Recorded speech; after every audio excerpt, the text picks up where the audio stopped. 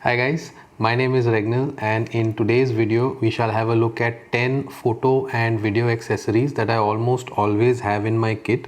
Now you do not have to buy any of the items, nor do you have to agree with me. These are just things that I feel might be very useful to have in your kit depending on your workflow.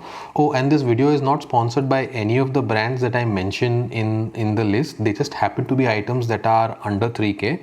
Now I have acquired these items over a period of time and some of them have been suggested to me by fellow professionals. Many thanks to the Reliable Store for letting me borrow some of the items in this list. Do check them out for your photo and video needs. They are really great guys, and especially ask for Harshit. He is the man. With that out of the way, let's check out my list. In no particular order, one item that I almost always have in my bag is a cleaning kit. It comes with the dust blower, Q-tips or Kan Khujli as we locally call them, some lens cleaning tissues, microfiber cloth, liquid cleaner for your lens, and a dust removal brush. And out of this, especially the air blower, that is one thing that I use the most. Before starting any shoot, I always ensure that I use the air blower to blow the dust off my sensor, because you really don't want to reach home after an entire day of shoot and find dust spots on your photo and video. Trust me, I've been there and you really don't want to be there. So this is one thing that I definitely feel is a must have in every photographer or videographer's kit. You will only realize the importance of a card case once you start stacking up on your SD cards, CF cards, XQD cards, as you progress along your journey as a photographer or a videographer. First off, good to have all your cards in one place. Secondly, most of these are pretty well built to handle the occasional bumps and drops that usually occur on set. Plus the occasional splash of water, or even worse, if you happen to drop it in soft drink. I know I have. It really wasn't a good place to be. The card just fell in. Yeah, you get the point. Next up we have the light stand. Now these come in a variety of flavors, from lightweight A stands to heavy duty A stands, all the way up to the most hardcore C stands. When you start, you will probably have something like this. Now this is good for holding a speed light with smaller modifiers, but once you progress to using strobes with larger soft boxes, I suggest you move up to this bad boy over here. This is a heavy duty A stand, much better built. And one thing, please always ensure that you have sandbags on your light stand if you're working in the studio or outdoor, and especially outdoors, because you don't want the wind catching in your umbrella or in a softbox and taking them away. These fare a little bit better in the wind, so definitely look at buying slightly better, good quality A stands. Next up we have the old 5-in-1 reflector. Now as the name suggests, 5-in-1 reflector, so you have your black side, you have a gold reflective side, you have the silver and white, and in the center there is the white diffusion. You will be surprised how useful these are in various situations. For me, the black side and the white diffusion is what I use the most. The black side I use if I require to have negative fill, or if I want to use it as a backdrop for a quick headshot or something. And the white diffusion is like the Swiss Army knife. It is so useful and so versatile, can be used in so many different situations. Now in this photo that you will see on the screen, what I have done is we've gelled the flash with a CTO and just hit it on this and got this beautiful color. You can mix and match any combination of gels to get the desired effect that you want on a relatively small background.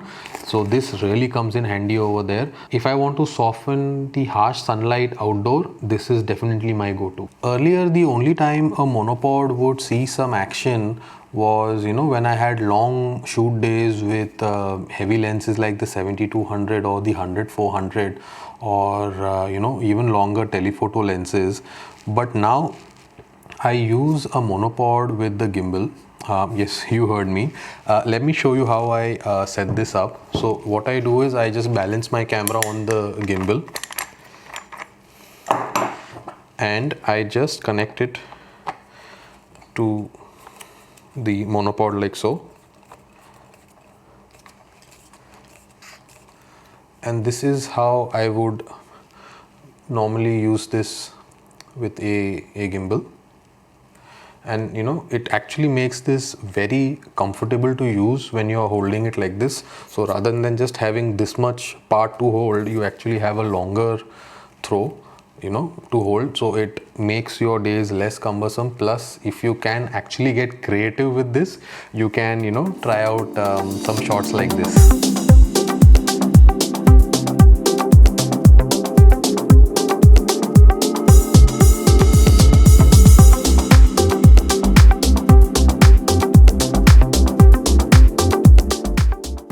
LED lights have really come a long way in the last few years. This small phone-sized LED light packs quite a punch. It is absolutely ridiculous how small and powerful these lights have become. Don't get me wrong, bigger is better. What I like about this particular LED light is the 4000 milliamp hour battery that it comes with.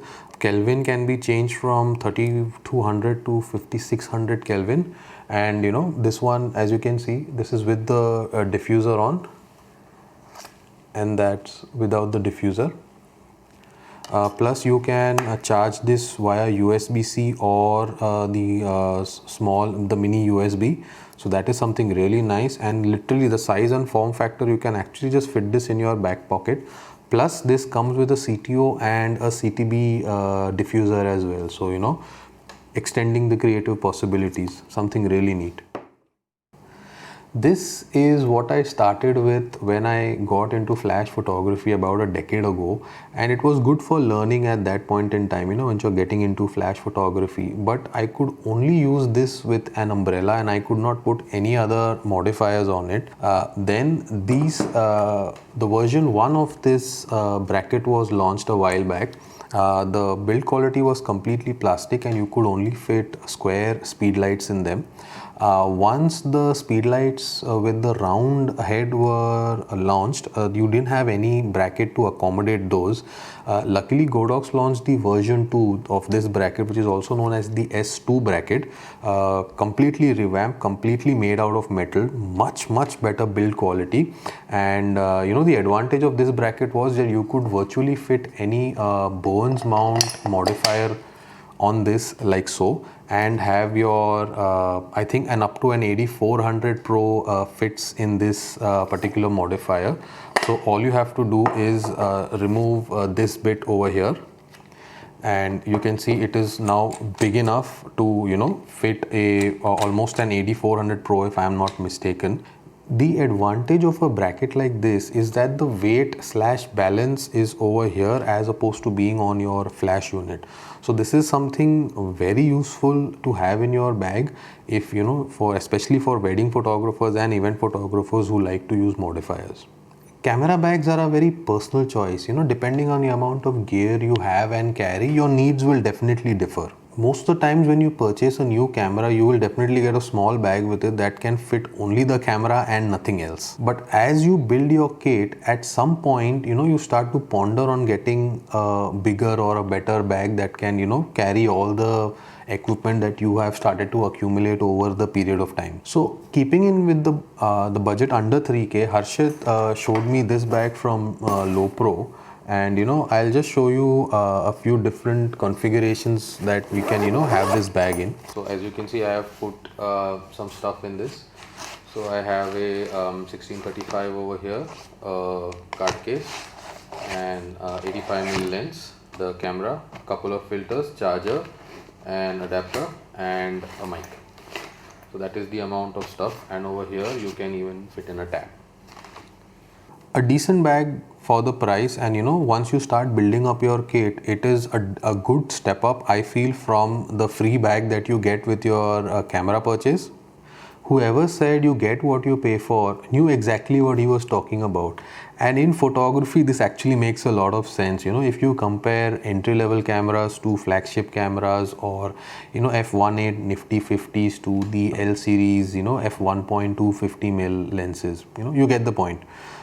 It's pretty much the same with tripods. I have here what is going to be, for most people and myself included, your first tripod purchase.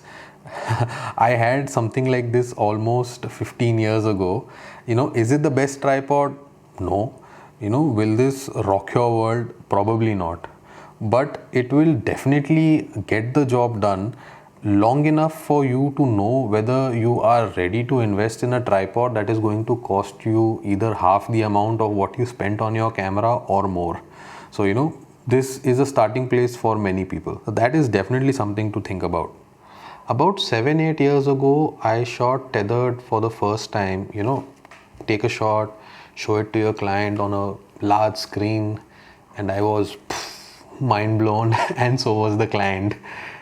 It was then as it is now, using a cable to tether your camera to the laptop. It was just a cable, and I believe the famous brand was not available in India then, and if it was with an atrocious price tag, and I really never went for it.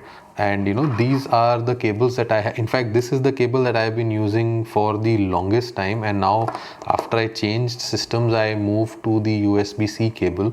These are just normal cable that cost a fraction of the price, and they actually get the job done. Like, I do understand that the branded cables are much better, with much better quality cables, and they last longer. They last, but when they don't last, they don't last. I'm sure you can ask anybody who's using the branded orange one, they will exactly tell you. If they work, they work. If they don't work, they don't work. So I have always stuck with these, and they seem to do the job really well. These are just unbranded cables that I use for tethering my camera to the laptop. And another bonus item that I use quite often is the Magic Arm. Now these comes in different shapes and sizes and different weight capacities depending on what load you intend to have these on. These smaller ones are mostly sturdy enough to hold your your field recorder or Atomos Ninja or something on this. And usually I have these in my hot shoe of the camera or connected to the camera cage, and then I will have my recorders mounted on this at various angles. So this is something that I use a lot nowadays since I'm doing more of video. Something definitely you should check out. That was it for this episode of 10 photo and video accessories under rupees 3000. I hope you found this useful. Drop me a comment and let me know what you guys think, and do hit that like and subscribe button. Have a wonderful day, and I shall see you in the next one. Bye bye.